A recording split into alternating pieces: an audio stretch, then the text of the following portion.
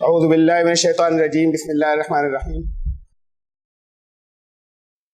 فَكُلُوا مِمَّا رَزَقَكُمُ اللَّهُ حَلَالًا طَيِّبًا وَاشْكُرُوا نِعْمَتَ اللَّهِ إِن كُنتُمْ إِيَّاهُ تَعْبُدُونَ۔ سورہ نحل 16ویں سورت کی آیت نمبر 114 سے آج کا درس شروع ہو رہا ہے۔ اور اس سے پہلے تذکرہ آپ کو یاد ہوگا، مثال دی تھی بستی کی کہ ایسی بستی کا تصور کرو، ایسی بستیاں دنیا میں چاروں طرف پھیلی ہوئی کہ جہاں ان کی روزی ان کو بہت فراغت سے ملتی تھی، بہت کشادگی کے ساتھ میں ملتی تھی، اور پھر انہوں نے ناشکری کی اور اللہ نے انہیں خوف اور بھوک کے عذاب میں مبتلا کر دیا۔ اس کے بعد پھر یہ کہا گیا کہ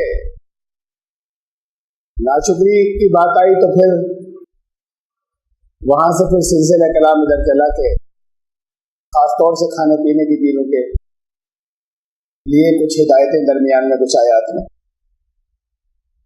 اللہ نے جو تمہیں روزی دی ہے اسے کھاؤ لیکن حلال ہو اور طیب ہو، پاکیزہ ہو، یہ دو شرطیں ہیں۔ وَاشْكُرُوا نِعْمَتَ اللَّهِ إِن كُنتُمْ إِيَّاهُ تَعْبُدُونَ، اور شکر ادا کرنا اللہ کی نعمت کا، اگر تم صرف اسی کی بندگی کرتے ہو تو ناشکری اور خاص طور سے رزق کی ناشکری اور حلال اور حرام، یہ بہت سی جگہوں پہ بہت سی آیات میں قرآن شریف میں اسے شرک سے جوڑا ہے جاتا ہے۔ حلال اور طیب دو الفاظ آئے ہیں۔ یہ جو روزی تمہیں دی گئی ہے اس میں سے اسے کھانا، حلال وہ ہے جس کی اللہ کی طرف سے اجازت ہے، اس نے اجازت دی گئی ہے، اور طیب وہ ہے کہ جسے تم یہاں پر فیصلہ کر سکتے ہو یہ فلاں چیز جو ہے وہ اس کے اندر ناخوشگواریاں ہیں، صحت کے اعتبار سے چاہے مزاج کے اعتبار سے۔ تو جو غیر طیب ہے وہ اس کا الٹا آتا ہے، اس کی ضد آتی ہے قرآن شریف میں خبیث، جو اس کے مقابلے پہ جگہ جگہ مختلف آیات میں لفظ استعمال کیا ہے۔ طبیعت کو بہت زیادہ بار بھی گزرے، ناگوار بھی ہو، گندا ہو، مختلف طرح کی چیزیں اس میں آتی ہیں۔ یہ فیصلے جو ہیں یہ تو یہاں پر تم بھی کر سکتے ہو کہ کہیں کہیں ایسا بھی ہوتا ہے بعض جگہوں پہ کہ جہاں مختلف جگہوں کے مزاجوں کے اعتبار سے ایک جگہ کے لوگوں کے لیے کچھ چیزیں بہت کراہیت کی ہوتی ہیں، ناگوار کی ہوتی ہیں، دوسری جگہوں کے لوگوں کے لیے نہیں ہوتی ہیں۔ اور اس لحاظ سے بہت سے کھانے پینے کی چیزوں کے اندر بعض جگہ بعض لوگوں نے کچھ چیزوں کو مکروہ رکھا، دوسری جگہوں پہ کھائی جاتی ہیں۔ آپ کو سن کر گھن آتی ہے، دوسری جگہوں کی ڈیلیکیسیز ہوتی ہیں۔ عرب ممالک میں جو پرندے ہیں، چکن ہے، ان کی آنکھیں بہت شوق سے کھائی جاتی ہیں، آپ کو سن کے گھن آئے آپ نہیں دیتے، ڈیلیکیسیز ہے کہ بہت ٹیسٹی چیز ہے۔ تو بہت سی چیزیں ہیں جو کسی ایک جگہ کھائی جاتی ہیں، دوسری جگہ کے لوگ نہیں کھاتے ہیں، اور وہاں یہ کہ بہت یہ اعلیٰ درجے کی کوئی ذائقے کی غذا۔ یہ دونوں لفظ ہیں بڑے اہم ہیں، حلال و طیب دو الگ الگ ہیں، یہ ایسے ہی نہیں ہے کہ کوئی ایک پراپرٹی بتا دی، اور اس سے بہت اہم چیزیں آتی ہیں آگے قرآن شریف کے اندر۔ لیکن پہلے اسے دیکھ لیں کہ قرآن شریف نے 3 مقامات کے اوپر تفصیلات بتائی ہیں، وہ پھر یہاں پر کہ حرام کیا ہے کھانے پینے میں، یہاں پھر اسے دہرایا گیا۔ انما حرم علیکم المیتۃ والدم ولحم الخنزیر وما اہل لغیر اللہ بہ، 4 چیزیں ہیں،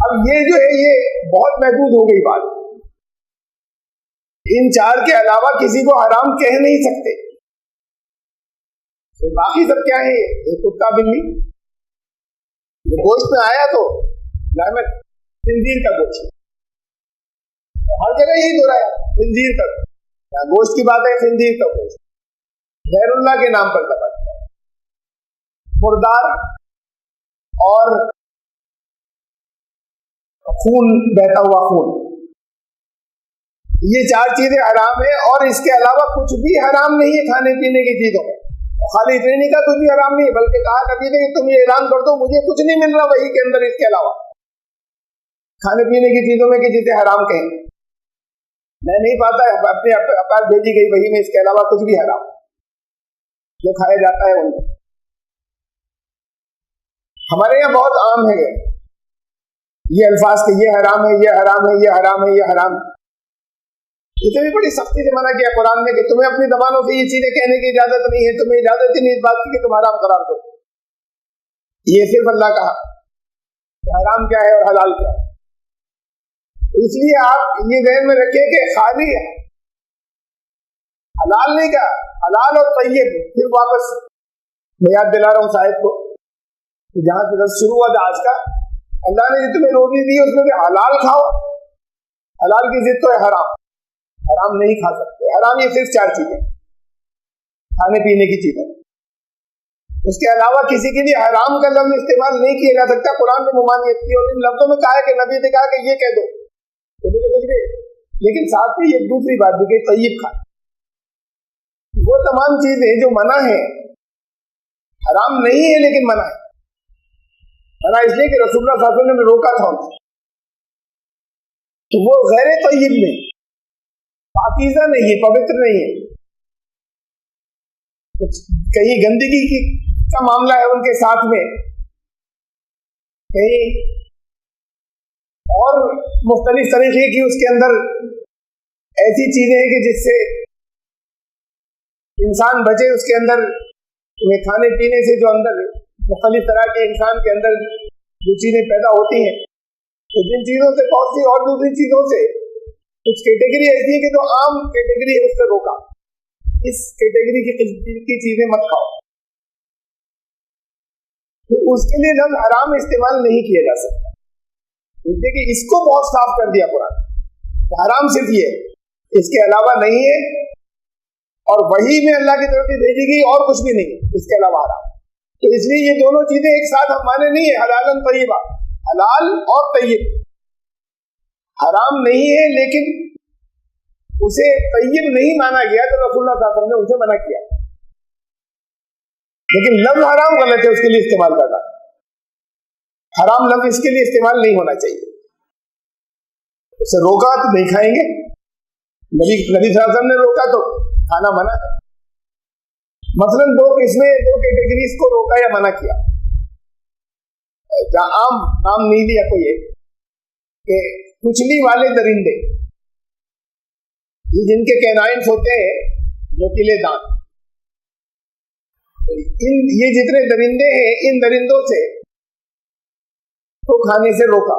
یہ ایک کیٹیگری بتائی پوری. اس میں یہ کتا بلی بھی آ گئے، جنگل کے جانور بھی آ گئے. اور پنجوں والے جانور جو جن کے نوکیلے ناخن ہوتے ہیں اور اس سے وہ نوچ کر کھاتے ہیں یا شکار کو پکڑتے ہیں، پنجوں والے پرندے،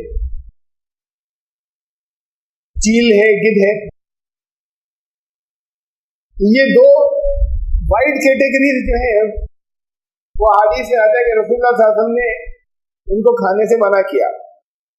میں نے بہت سی حدیث نکال کر دیکھی، بہت سے مجموعوں میں، بخاری میں بھی، مسلم میں بھی، ابو داؤد میں بھی، ترمذی میں بھی. الفاظ کیا استعمال ہوئے وہاں پر یہ دیکھنے کے لیے.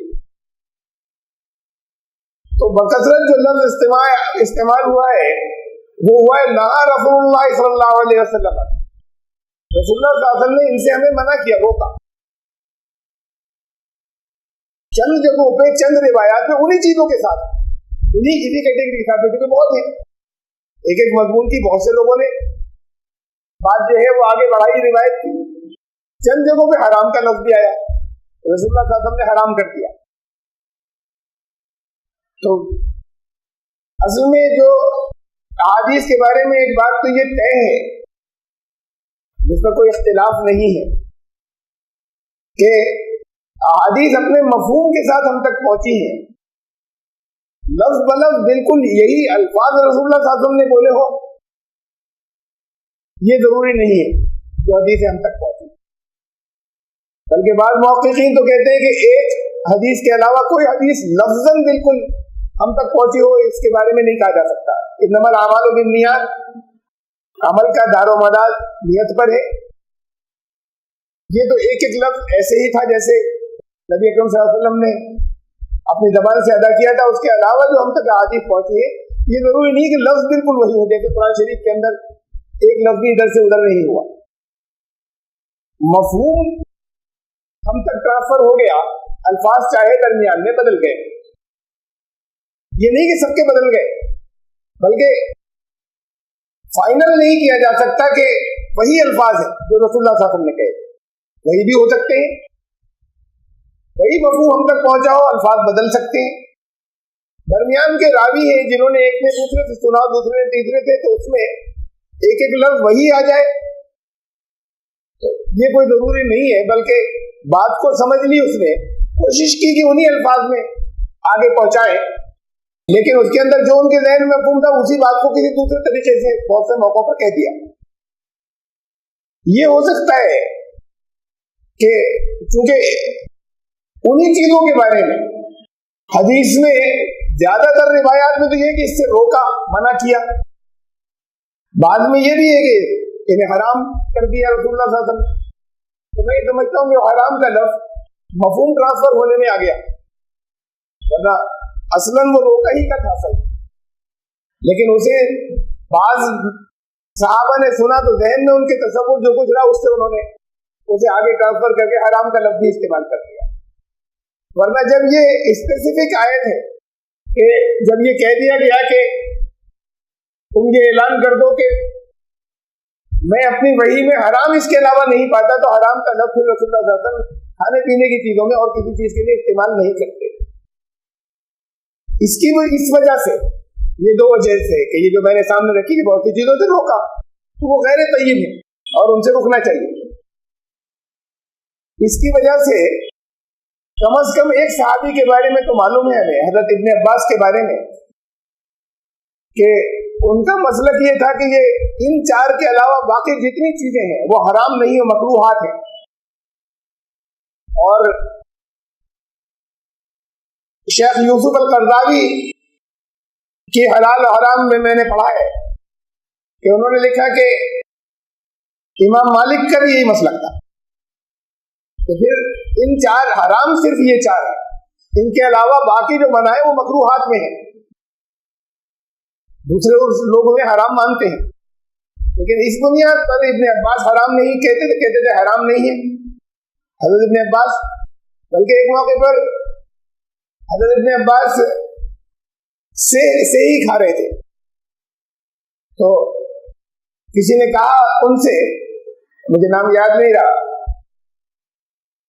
یہ تو رسول اللہ صاحب ہے، یہ صحیح جو ہے کھانے کی اجازت نہیں ہے. تو انہوں نے فوراً یہ آیت پڑھی، اللہ عجد فیما اوحی الی محرما، کہ یہ چار چیزیں قرآن نے صاف کہہ دیا کہ ان کے علاوہ کچھ حرام نہیں. انہوں نے کہا کہ رسول اللہ صلی اللہ علیہ وسلم نے منع کیا تھا. پھر وہ رک گئے، انہوں نے کہا اچھا اگر رسول اللہ صلی اللہ علیہ وسلم نے منع کیا تھا تو پھر دیکھا. اور پھر یہ پہلے تو انہوں نے کہا کہ یہ تمہاری بات غلط ہے جو کہہ رہے ہو. پھر انہوں نے جب نبی کریم صلی اللہ علیہ وسلم کا نام دیا کہ انہوں نے منع کیا تھا تو پھر انہوں نے ہاتھ روک لیا، کہا کہ پھر دیکھا ہے. لیکن ان کا مسئلہ یہ تھا کہ یہ مکروہات میں نبی نے منع کیا تو نہیں کھانا. جس چیز سے منع کیا گیا، جس کام سے منع کیا گیا وہ نہیں کیا جا سکتا، لیکن اسے مطلق حرام قرار نہیں دیا جا سکتا جب ان الفاظ میں قرآن نے کہہ دیا. اور کم از کم ایک فقہاء میں سے چار میں سے امام مالک کا مسلک اور صحابہ میں سے ابن عباس رضی اللہ تعالیٰ عنہ کا یہ ہم تک مسلک پہنچتا ہے. حلال و حرام کا معاملہ بڑا سخت ہے. چند میں حوالے رکھ رہا ہوں قل ارأیتم ما انزل اللہ لکم من رزق فجعلتم منہ حراما وحلالا، کہ دیکھو اس پر غور کرتے ہوئے نہیں کہ اللہ نے جو کچھ تمہارے لیے روزی میں سے نازل فرمایا تم اس میں سے حرام و حلال بناتے ہو. حرام و حلال تحلیل و تحریم اللہ کا حق ہے. نبی صلی اللہ علیہ وسلم کے ذریعے اعلان کیا، لیکن دو موقع ایسے ملتے ہیں جہاں کم از کم ایک موقع تو ایسا جہاں الفاظ میں بھی حرام کا لفظ ہے کہ رسول اللہ صلی اللہ علیہ وسلم کو بھی روکا کہ تم کیسے کر لو گے. تو یہ حق اللہ نے صرف اپنا رکھا ہے، حلال قرار دینا چیزوں کو حرام قرار دینا، یہ کسی اور کو یہ حق نہیں دیا. اور اسے بہت سخت بات کہی ہے، بڑے سخت الفاظ میں جگہ جگہ قرآن میں اس کا ذکر ہے، اسے شک تک لے گیا کہ کسی کو یہ حق نہیں ہے کہ اللہ نے جو روزی رکھی ہے اس میں سے وہ حلال و حرام کا اعلان کرتا رہے، اس سے الگ جو کچھ اللہ نے کہا اس سے الگ ہٹنے کے بعد. کیا اللہ نے تمہیں اس کا حکم دیا تھا کہ تم یہ کہہ دو کہ یہ چیزیں حرام ہیں؟ ہم اللہ تفترون، یا اللہ پر جھوٹ باندھ رہے ہو، تو اللہ کے نام سے جھوٹی باتیں کر رہے ہو. بہت سخت الفاظ ہیں. یہ لسٹیں بنا دینا کہ یہ حرام ہے، یہ حرام ہے، یہ چیزیں حلال ہے، بڑی سخت بات ہے. اس کے لیے جو کچھ قرآن نے کہا یہ طرز عمل تھا پچھلی قوموں کا. ہی حرام و حلال کا اعلان کرنے کا تمہیں اپنی زبانوں سے کوئی حق نہیں. بار بار ہم نے اعلان کر دیا کیا ہے، کیونکہ یہ اور اگلی آئے. یہ لوگ یہ کہتے ہیں، یہ پچھلی امتوں کے خاص طور سے یہودی، حاضی حرام وعارف لا یطعمها الا من نشاء بزعمهم، یہ کہتے ہیں. اور بہت سی اور چیزیں آگے اس نے تذکرہ کیا کہ یہ جانور اور یہ کھیت محفوظ ہیں، انہیں صرف کون کھا سکتے ہیں. یہ مختلف باتیں جو کہتے ہیں، وہ جانور کھانا حرام جن پہ سواری حرام کر دی گئی، یہ اپنے تفقع سے چیزیں نہیں چلیں گی. یہ غور و فکر کر کے یہ اس لیے حرام، یہ یوں حرام، یہ حرام، یہ اس طرح کی جو باتیں کیا کرتے ہیں. ان کو کہا سیجزیہم بما کانوا یفقرون، یہ ہے کہ یہ جو کچھ بھی جس طرح کا یہ گڑھ کے چیزیں کہہ رہے ہیں اللہ کے نام پر، اور اس کا قریب انہیں بدلا دیا جائے. دیکھیے ایک موقع ہے جہاں پر خاص طور سے رسول اللہ صلی اللہ علیہ وسلم کو براہ راست خطاب کر کے کہا کہ تمہیں حق نہیں ہے، یہ صرف اللہ کا حق ہے. یا ایھا النبی لما تحرم ما احل اللہ لک، اس پر تو اختلاف ہے اور ہم نہ جائیں اس کے اندر کہ معاملہ کیا تھا اور بات کیا تھی. لیکن کسی چیز کو رسول اللہ صلی اللہ علیہ وسلم نے اپنے لیے حرام کر لیا، کہ مطلب اپنے لیے روک دیا. لفظ حرام ہم نہیں کہہ رہے اسے، اپنے لیے انہوں نے طے کر لیا کہ اب میں اسے استعمال نہیں کروں گا. تو اللہ کی طرف سے وحی آئی، اسے حرام قرار دینا کہا کہ الفاظ یہ آئے. رسول اللہ صلی اللہ علیہ وسلم نے کہا تھا کہ میرے اوپر حرام ہے. کہا کہ اے نبی، تم اللہ نے جو تمہارے لیے حلال کیا تم کیسے اسے حرام کر سکتے ہو؟ پسند بھی نہ کھائیں، کوئی چیز نہیں پسند ہے نہیں استعمال کرتے. ایسے بہت سے واقعات ہیں. وہ مجھے نہیں معلوم کیا چیز ہے، میں نے وہ ترجمے میں پڑھا ہے، وہ کسے کہتے ہیں معلوم. تو وہ کے لیے کئی مرتبہ بہت سی حدیث میں، بہت سی روایات میں کہ گو کا گوشت لایا گیا، اور بھی چیزیں تھیں، رسول اللہ صلی اللہ علیہ وسلم نے اور چیزیں کھائیں، اسے نہیں کھایا. دوسرے اور بہت سے موقعوں پہ گو کے بارے میں کہ کھا رہے تھے، کھانا کھانے جا رہے تھے، ازواج مطہرات نے کہا کہ رسول اللہ صلی اللہ علیہ وسلم گو کا گوشت، تو آپ نے فوراً ہاتھ کھینچ لیا. صحابہ نے پوچھا کہ یا رسول اللہ کیا یہ وہ حرام ہے کیا؟ فرمایا نہیں، مجھے پسند نہیں ہے، مجھے کراہیت ہوتی ہے. اور وجہ بھی بتائی ہوگا، اس لیے کہ ہمارے علاقے میں نہیں کھایا جاتا، ہمارے علاقے میں نہیں کھایا جاتا، اس لیے کراہیت ہوتی ہے. اس سے معلوم ہوا پھر دوسرے لوگوں نے کھایا جب رسول اللہ صلی اللہ علیہ وسلم نے کہا. تو اس سے معلوم یہ ہوا کہ الگ الگ علاقے کے لوگوں کے مزاج ہوتے ہیں. بعض جگہ بعض چیزوں سے لوگوں کو کراہیت ہوتی، دوسروں کو نہیں ہوتی. تو ان کا جس علاقے میں عام طور سے جو استعمال نہیں کی جاتی، لوگ بچتے ہیں، اس سے جگہ کے لوگوں کو کراہیت ہونے لگتی ہے. فرمایا کہ نہیں، مجھے اس سے کراہیت ہو، اس لیے کہ ہمارے علاقے میں نہیں کھایا جاتا. تو کچھ اپنی پسند نہ ہونا ایک دوسری چیز ہے،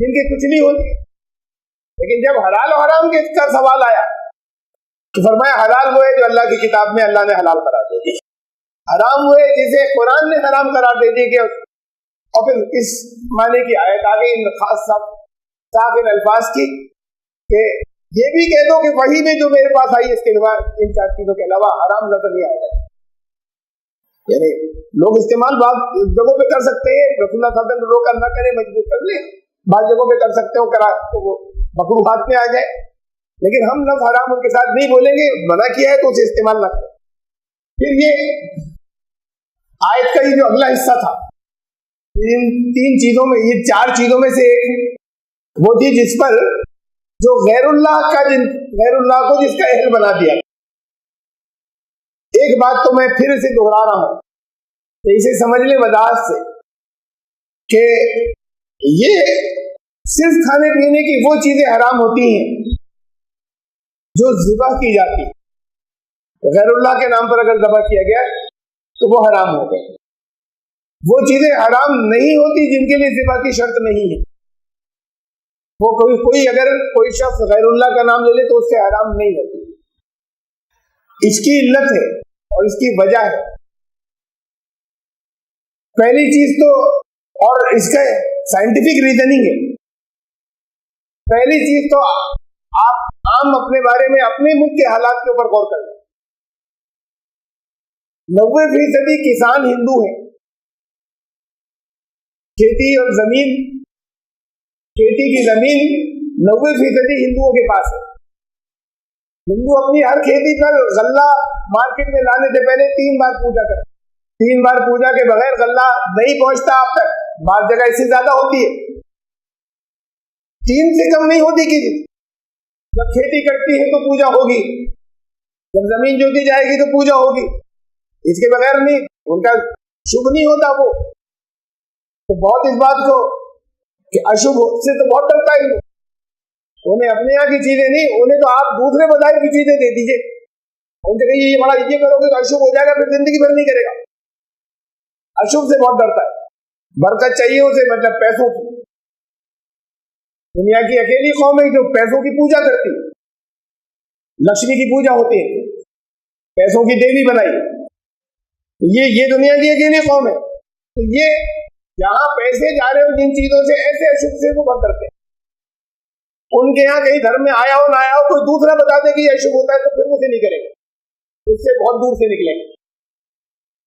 تو کھیتی کے 3 موقعوں کے اوپر, کراپ کے کٹنے اور مارکیٹ میں بھیجنے تک موقعوں کے اوپر اس کی پوجا ضروری ہوتی ہے, ورنہ اشبھ ہو جائے گا. یہ سارا غلہ جو آپ کھاتے ہیں اس پر سب پر غیر اللہ کا نام دیا جا چکا ہے. 10% صرف مسلمانوں کی کھیتی ہے, اور وہ 10% کہیں الگ نہیں آئی کہ یہ پورے مسلمانوں کے نشان لگے ہوئے, مسلمانوں کے یہاں سے آئے کتاب کو خرید لے جا کر, وہ خرید لے جا کے تو آپ کی ضرورت پوری نہیں ہوتی اس 10% سے.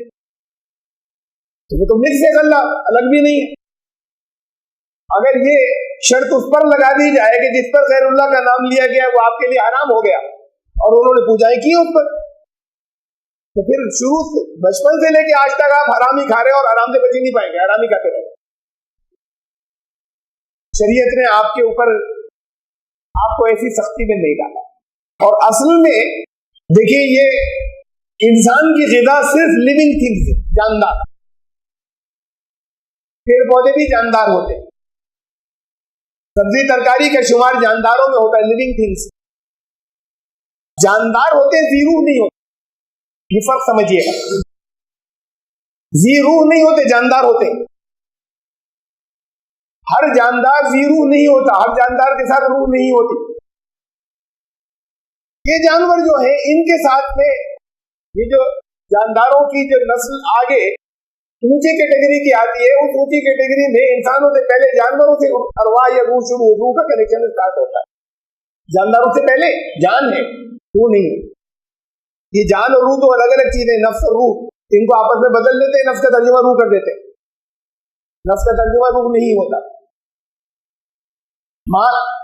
رحم مادر میں جب اسپرم یا نطفہ داخل ہوتا ہے, ہر اسٹیج پر وہ لیونگ تھنگ اور جاندار ہوتا ہے, جان نہیں ہوتا. تو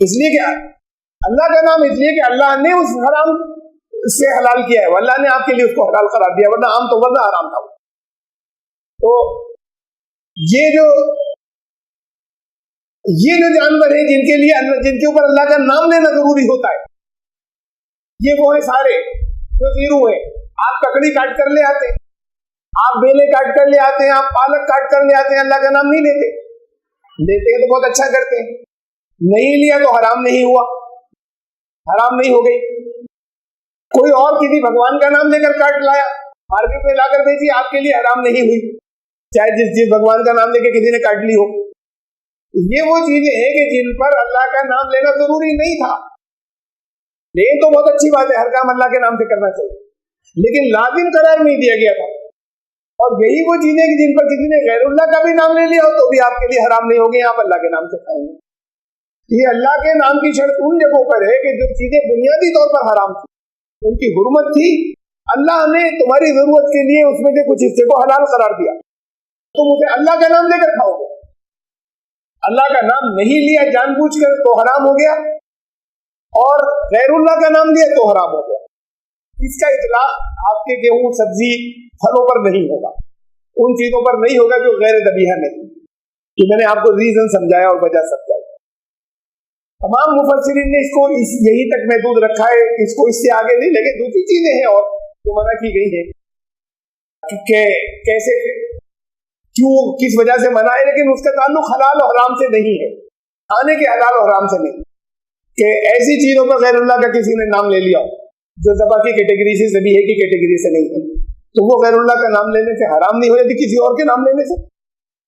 بہت سی دوسری علتیں، ایسی چیزیں جو دوسروں نے کہیں غیر اللہ کا نام لیا، ہمارے پاس لے آئے کھانے کو، تو وہ کھانے کی نہیں ہوئی، اس کو ایسے قبول کر لینا خوشی خوشی جو ہے وہ غلط ہے، وہ عمل غلط ہے، کہ اس سے یہ چیز، یہ میسج آئے گا کہ ہم تمہارے شرک میں یا تمہاری دوسری چیزوں میں شامل ہیں، یا ہم پسند کر رہے ہیں، یا ہم ویریفائی کر رہے ہیں۔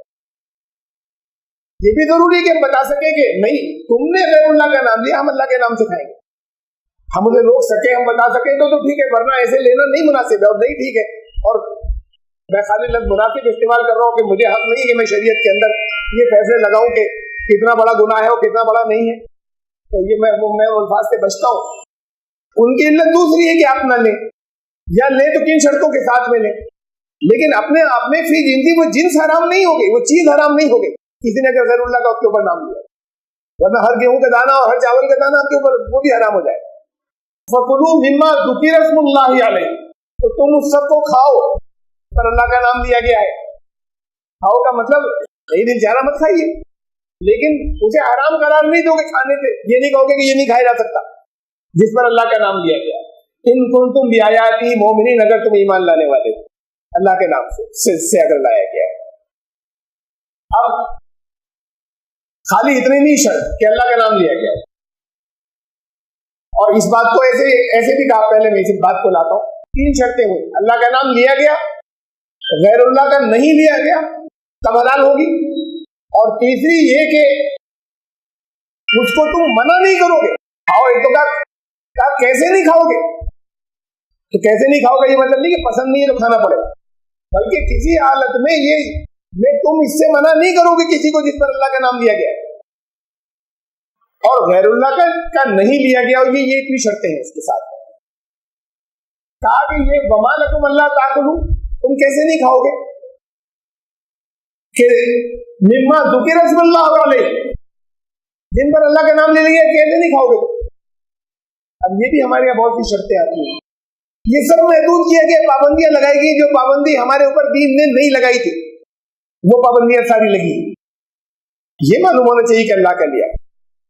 غیر مسلموں میں آپ کے دو کیٹیگریز، ایک کیٹیگری تو اہل کتاب کی، ایک کیٹیگری غیر اہل کتاب کی۔ اب اہل کتاب کے معاملے میں تو فرصت اس جگہ تک لے جاتے ہیں جس کی اجازت نہیں ہے، سب یہودی یا عیسائی کے یہاں سے آیا کھا سکتے ہو، قرآن نے کہا کہ وطعامہم حل لکم، قرآن نے کہہ دیا ان کا کھانا ذبیحہ تمہارے لیے حلال۔ آپ اگر جھٹکا کرتے تو حرام، ان کے ہاتھ کا جھٹکا ہو جائے تو حلال، کیسے ہو جائے گا؟ ارے جب آپ کے ہاتھ سے حرام ہو رہا ہے تو ان کے ہاتھ سے حلال کیسے ہو جائے گا؟ حلال تب ہوگا جب صحیح طریقہ استعمال کیا ہوگا، تب ان کے ہاتھ کا حلال ہوگا۔ تو آپ لوگوں کا نہیں، قرآن نے نہیں کہا ہے، قرآن نے تو صاحب مطلب کہہ دیا ہے کہ ان کے ہاتھ کا حلال۔ جب قرآن نے جب اللہ کا نام لینا ضروری قرار دیا تو یہ سب کے لیے کیا، یعنی کہ اہل کتاب ہے یا مسلمان ہے، یہ سب کے لیے کیا۔ وہ اللہ کے نام پر ہوا ہو، غیر اللہ کے نام پر نہیں ہوا ہو، ایسا نہیں ہے کہ وہ یہودیوں عیسائیوں نے جو بھی کوئی بھیج دیا وہ حلال ہو گیا۔ طریقہ صحیح استعمال کیا گیا ہو، ذبح کیا گیا ہو، اللہ کا نام دیا گیا ہو، چاہے اللہ کا نام کسی اور زبان میں ہو، لیکن مراد وہی ذات ہو، کوئی اور اس سے مراد نہ ہو، کم از کم اتنی شرطیں ہو تب تو کھا سکیں گے۔ تو اہل کتاب کے معاملے میں تو بڑی تعداد نے یہ فتوے دے دیے کہ نہ، قرآن نے کہہ دیا ان کا حلال ہے، مسلمان کے ہاتھ کا حرام، ان کے ہاتھ کا حلال۔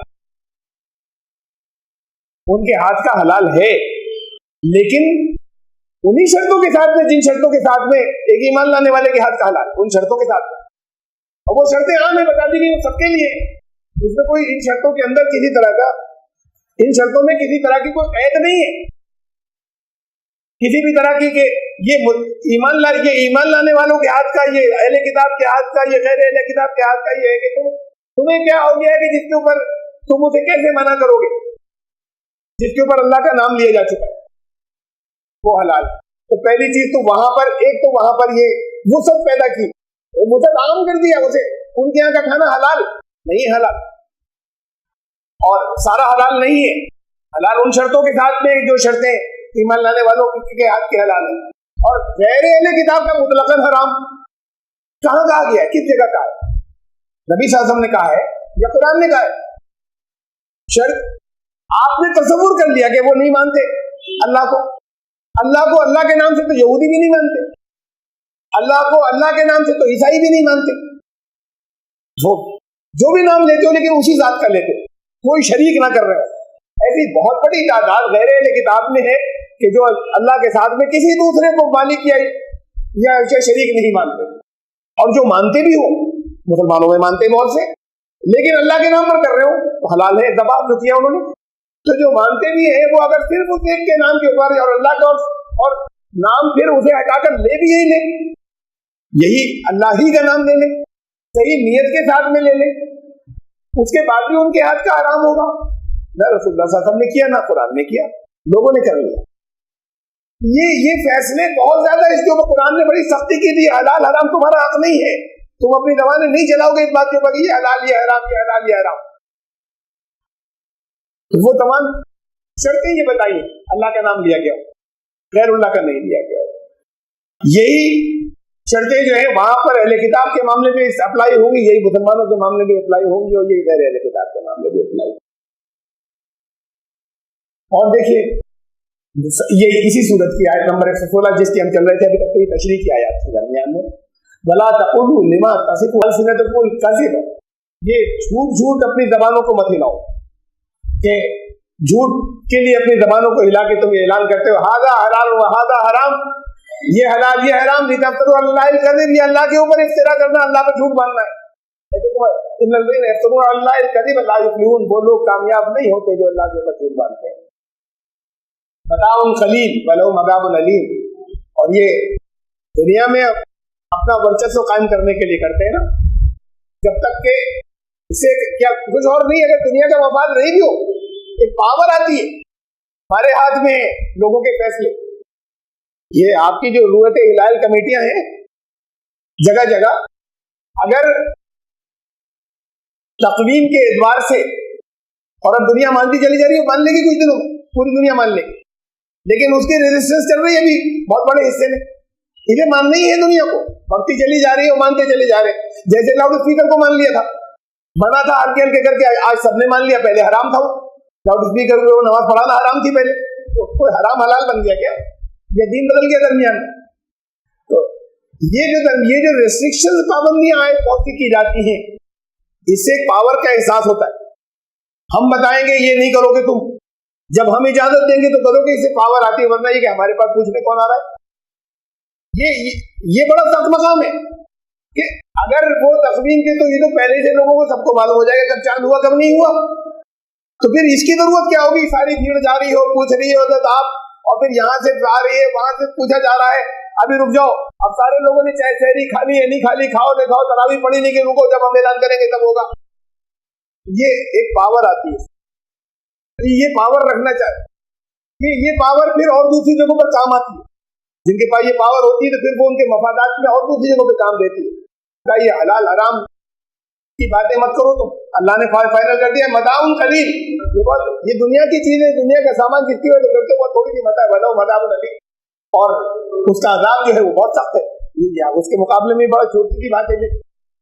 وعلی الذین، آپ یہ بتایا کرے گی وعلی الذین عادوا حرمنا ما قصصنا علیک من قبل وما ظلمناهم ولکن كانوا انفسهم یظلمون. حلال حرام تو ایک ہی چلی آ رہی ہے، بدلی نہیں اللہ نے، لیکن درمیان میں سزا کے طور پر کر دیا تھا یہ بنی اسرائیل کے لیے. ایک پیریڈ ایسا گزرا تھا کہ انہوں نے خود اپنے اوپر چیزیں حرام کر لی تھی، تو پھر اللہ نے اپنے قانون کے اندر بھی صرف ان کے لیے حرام کر دی اور بات کو پھر ہٹائی. ورنہ حلال حرام کی چیزیں ایک ہی چلی آ رہی ہیں پہلے سے. اس کی تشریح بہت گزر چکی، بہت سی آیات میں یہ بتایا جا چکا. پہلے سورہ آل عمران میں کہا تھا کل الطعام کے تورات کے نزول سے پہلے بنی اسرائیل نے اپنے اوپر حرام کر لی تھی کچھ چیزیں خود. تو پھر تورات آئی تو تورات نے بھی ان چیزوں کو روک دیا. یہ اللہ نے کہا ہم نے ان کے لیے سزا کے طور پر کیا تھا. یہ مستقل شریعت نہیں تھی، لیکن ان کی سزا کے لیے اپنی چاہو تو اس کے تورات کو دیکھ لو کہ پچھلے نبیوں کے ذریعے ان کو حرام قرار نہیں کیا گیا ہے. یہ تو صرف انہوں نے صرف تورات کے اندر ان چیزوں سے روک دیا گیا تھا. یہ پھر تشریح کی آیت ہے سورہ نساء کے. فَبِظُلْمٍ لِّلَّذِينَ عَادُوا حَرَّمْنَا عَلَيْهِمْ طَيِّبَاتٍ أُحِلَّتْ لَهُمْ وَبِصَدِّهِمْ عَن سَبِيلِ اللَّهِ كَثِيرًا. یہ ظلم کیا تھا ان لوگوں نے جو یہودیوں کے طرز عمل جنہوں نے اختیار کیے تھے، یہودیت اختیار کی تھی. حرمنا علیہم طیبات، ہمیں جو طیبات تھی، پاکیزہ چیزیں تھیں، اسے بھی حرام کر دیا. یہ ان کی سزا کے طور پہ تھا. احلت لہم وبصدہم، جو ان کے لیے پہلے حلال تھی، وبصدہم عن سبیل اللہ کثیرا، اس لیے کہ وہ اللہ کے راستے سے روکتے تھے. اللہ کے راستے سے روکنا قرار دیا گیا کہ جہاں پر جائز چیزوں کو یا جو چیزیں ہیں انہیں لوگ حرام کہنے لگے. وعلی الذین عادوا، یہ پھر ایک اور آیت سورہ انعام، 3 آیت میں نے اس کے اندر دی ہیں جو پہلے گزر چکی. اس کی تائید کے اندر کے جو بات کہی گئی کہ یہ فلاں فلاں فلاں یہ چیزیں تفصیلات ہیں یہاں پر آپ پڑھ لیں کہ یہ انہوں نے اپنے اوپر حرام کر لی. تو پھر توریت آئی تو توریت میں بھی اللہ نے وہی قانون دے دیا ان کو اور کہا کہ یہ ہم نے سزا کے طور پہ کیے تھے. یہ آخری حصہ ذالک جزیناہم ببغیہم، یہ جزا جو تھی ان کی اور یہ بدلہ جو تھا یہ ان کی بغاوت کی وجہ سے، ان کی حدیں توڑنے کی وجہ سے تھا، وہ ان کی نافرمانی کی. وَإِنَّا لَصَادِقُونَ، اور سچی بات تو ہماری ہے. یہ اتنا سخت مسئلہ ہے کہ اس کے اوپر اس کی وجہ سے اللہ نے پوری قوم کو سزا میں مبتلا کر دیا. اپنے لیے سختیاں بڑھاتے نہ چلے جائیں. رسول اللہ صلی اللہ علیہ وسلم نے کہا کہ 3 مرتبہ کہا کہ سن لو تشدد کرنے والے ہلاک ہو گئے، سن لو تشدد کرنے والے ہلاک ہو گئے، سن لو دین میں تشدد کرنے والے ہلاک ہو گئے. دین کا مزاج عافیت کا ہے.